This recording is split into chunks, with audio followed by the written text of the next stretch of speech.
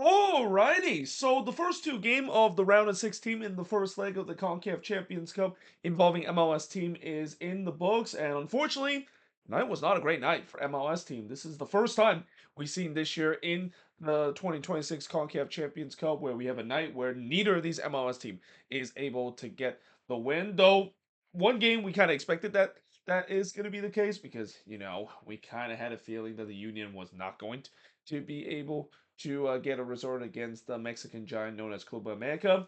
This game was definitely a surprise. I definitely did not see this coming, and we'll definitely talk about more of that after we talk about the game between the Philadelphia Union versus Club America. Which, to be fair, I will say this with the Union, I thought they performed a lot better than I thought that they would be, considering how poor of a start that the Union has had in this season. I thought they were going to get absolutely crushed by Club America in this game. Though they also said that Club America has also been doing relatively well in Liga MX, so maybe that kind of give a little hope of the Union in this one. And to be fair, they actually had their moments in this game. The Union, they had multiple golden opportunity to get themselves back into this tie, but this game kind of sums up the poor start for the Union to begin the year, where it doesn't matter when they do get golden opportunity against the likes of Club America, they simply cannot score. I mean, it's hard to believe that to begin the season, if you ignore the thrashing that they gave to Defense Force, they have only scored one goal, and that one goal came from the penalty spot against NYCFC. Now, early on, as expected, majority of the fans inside Super Report were America fans. Obviously, that's going to happen whenever Club America play against an MLS team, and especially this being in Philly. Last time when I remember when Club America played against the Philadelphia Union, yeah, it was pretty much a majority Club America crowd, and at least this time I haven't heard any violence that has happened, because I heard the last time when both of these teams faced against each other in Philly, there was some violence that happened, especially around the Philly area. So yeah, hopefully this time it's not as violent as what we saw last time as well. Nobody get hurt both in the stands or just outside the stands, and in the Philly area as well. But there was no doubt that Club America had most of the ball. This was kind of expected. The Union were looking to try to get the transition, though there was no shot for the first 15 minutes. In fact, the first shot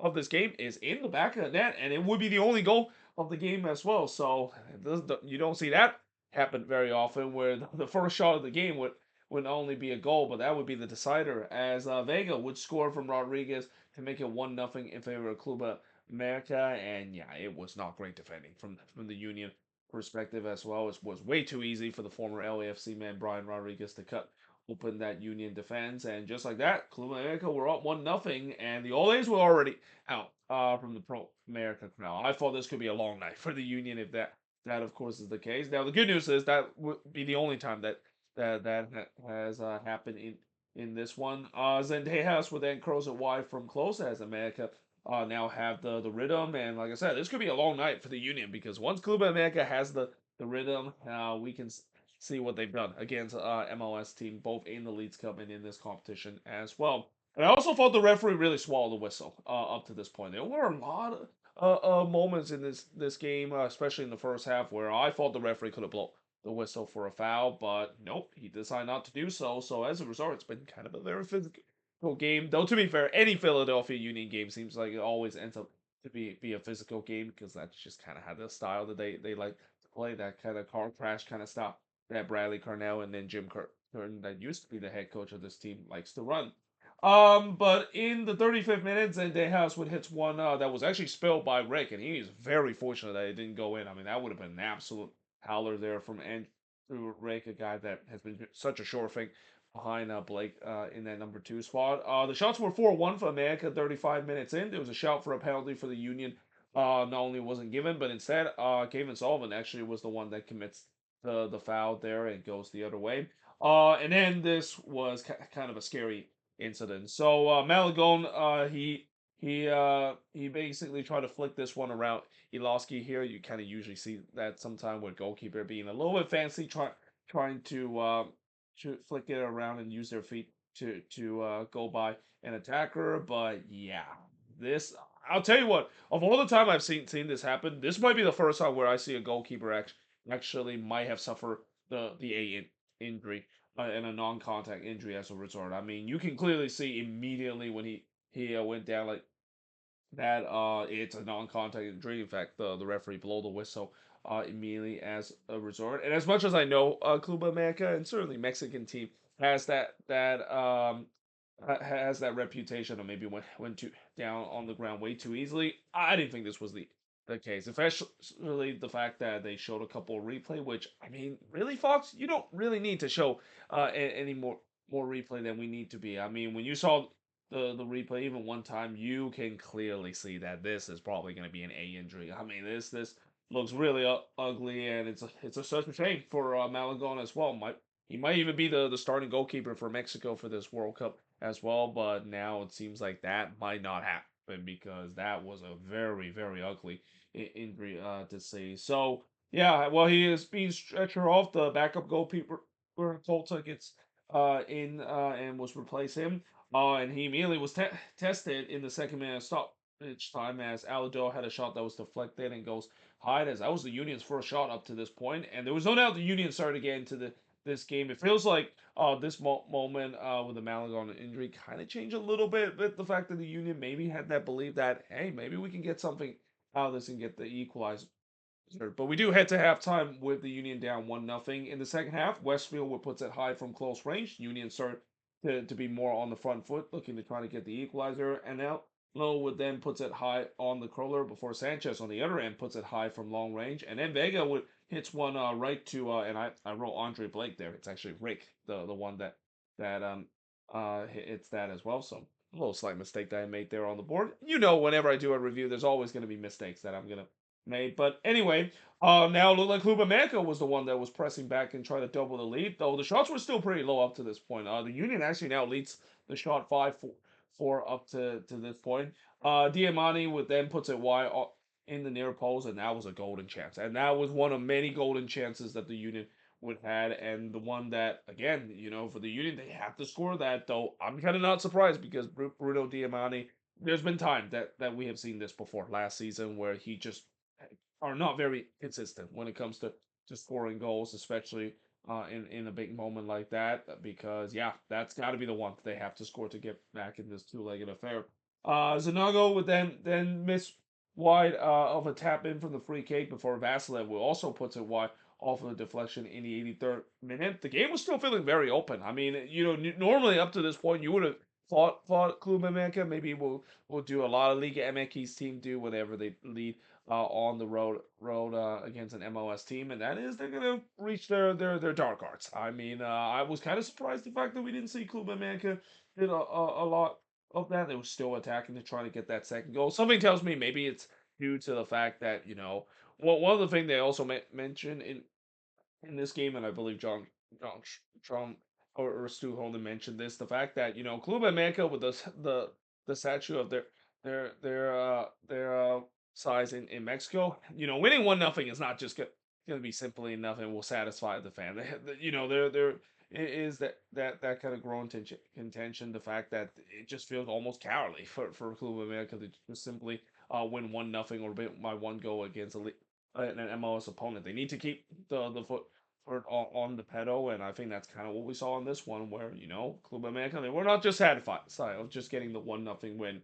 Though Vasilev would then miss wide after America commits a WTF turnover, and this was the other golden opportunity. And this moment also just kind of sums up the Philadelphia Union this season. I mean, just nothing is going right for the go in front of goal. Even when they're giving opportunity, they somehow find a ways to screw it up. And then the first minute stoppage time, we did have some small coming together between both of these teams. Not as much as I thought it would be in this one. Anytime when there's an MLS versus Liga MX affair, I would expect there would be a coming together. Didn't really see a lot of it in this one. Maybe it might be different heading into the second leg. But yeah, in the end, Club America does get the win in this one. The shots in this one, 12 shots for the 7 that Club America has. 3 shots on goal for the 1 that the Union has. 7 shots off target for the 1 that Club America has. 4 shots on blocked for the 1 that Club America has. And possession-wise, 52% possession compared to the 48% possession that the Union has in this game. And honestly, you know, now that even with this being just a 1-0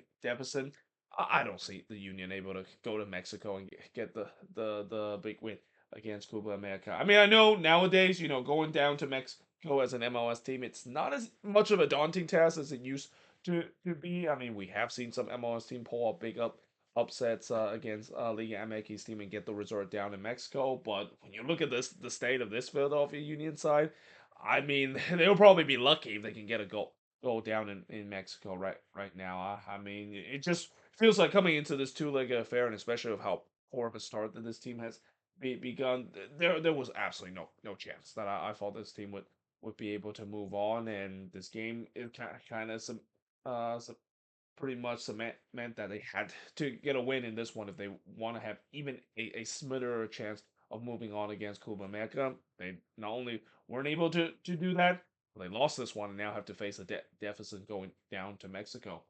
Now, moving on in terms of the next match, and probably one of the more stunning results that we've seen so far in the CONCACAF Champions Cup, and that of course is Alajuelense, who somehow in some way were able to get a 1-1 draw out of this game, despite the fact that LAFC pretty much putting a shooting gallery in front of Alajuelense. Like they had all the chances throughout this game, and yet somehow in some way the difference for them is that their goalkeeper Washington Ortega pretty much stole the show in this one, and also former Loons player also stole the show in this one too for Alajuelense as well.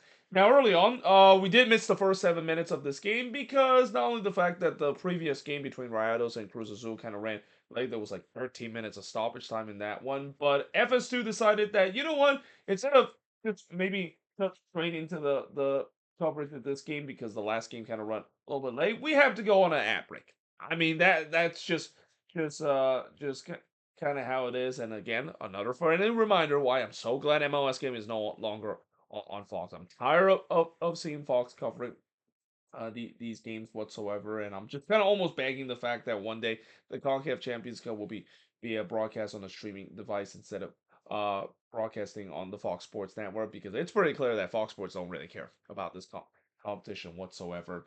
In the 10th minute, Beaudry with hits it right to Ortega before I thought LAFC was definitely on the front foot. In fact, they already led the shot 4-0 up to this point. Sung would then struck the wall on the free kick in the 27th minute. LAFC continued to dominate the possession, but can they finally break down this low block that Alajuelense was playing? It was pretty clear that Alajuelense, they were in no interest in terms of attacking in this game. They were pretty much playing park the bus mode and pretty much playing an Eric Ramsey style of play that I saw Ramsey did with Minnesota last season whenever they're on the road. But even in more extreme cases, I mean, this was just pretty much park the bus level of stuff that Alajuelense has. And as a result, that resulted in a lot of chances for LAFC. Starting off with Palencia had a chance in the 29th minute, but he was denied by Ortega. Then he denied Bawanga from close in the 33rd, and then he denied him again just 1 minute later.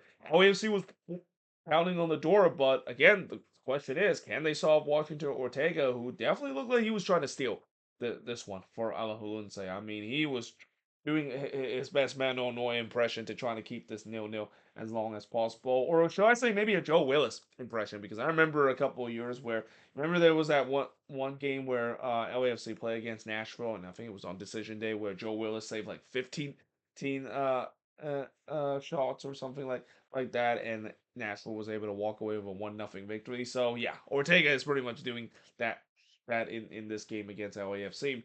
Because he would then deny Bawanga for the third time in a span of just 3 minutes, and the shots were now 10-0 for LAFC. Half of them is now on target. Tillman just missed the tap in the 37th minute before Bawanga missed wide from close. Tillman would then hits this one right to Ortega, as it's just wave after wave pressure that LAFC has. But the problem is, the scoreline still says 0-0. Portress would then puts it wide from long range. The shots were 15-0 for LAFC up to this point.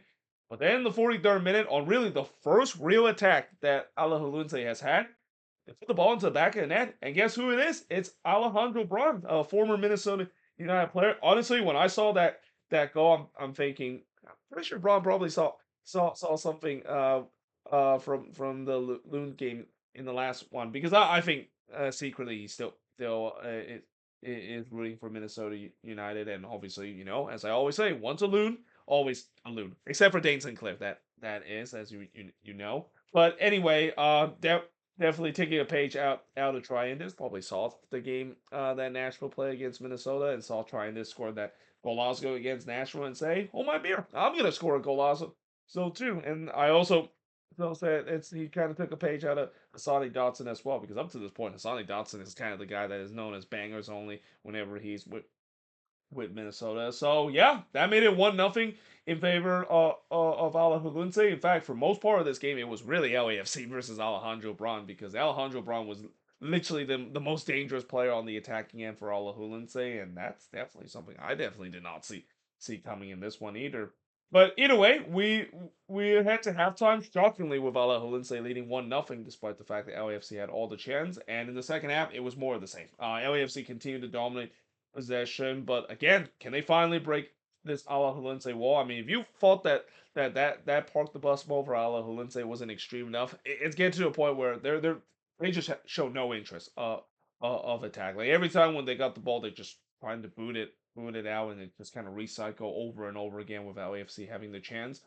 Sun would then had a shot that took a deflection and goes high before Tafari heads it right Ortega. The shots were now 20-1 for LAFC, 8-1 on target for LAFC, and in the 56th minute, they finally broke through. I mean, you just kind of had a sense eventually it was going to happen, and it did. And Bouanga would score from Sung to make it 1-1 in this one. So yeah, when all in doubt, when you're being frustrated throughout this game against a Park the Bus team, why not go back to the well that known as Sung and Bouanga? And to be fair, that well has kind of been dried this season. Sung and Bouanga hasn't really connected as much compared to the first game that they had against Real España.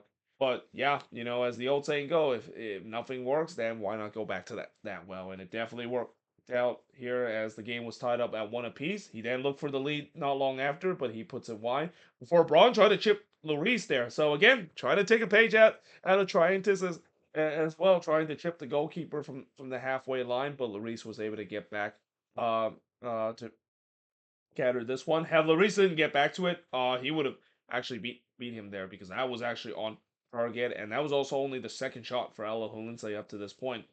Song would then curls one right to Ortega before Lloris denied Braun from long range. It's basically LAFC versus Alejandro Braun, at least on the attacking end, because all three shots has been belong to Alejandro Braun for Alajuelense.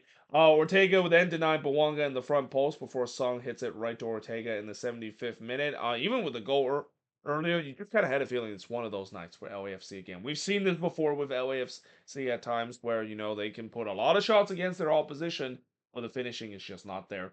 Porches would then puts it into the 3-2-5-2 before Bouanga hits it right to Ortega.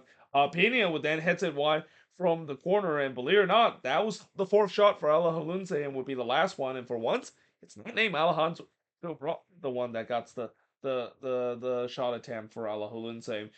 We then had some small coming together. Bouanga was obviously not happy after he got clipped just outside the box. You kind of had a sense it's partially of him also getting very frustrated. The fact that he just simply cannot score another goal to break this Alajuelense wall.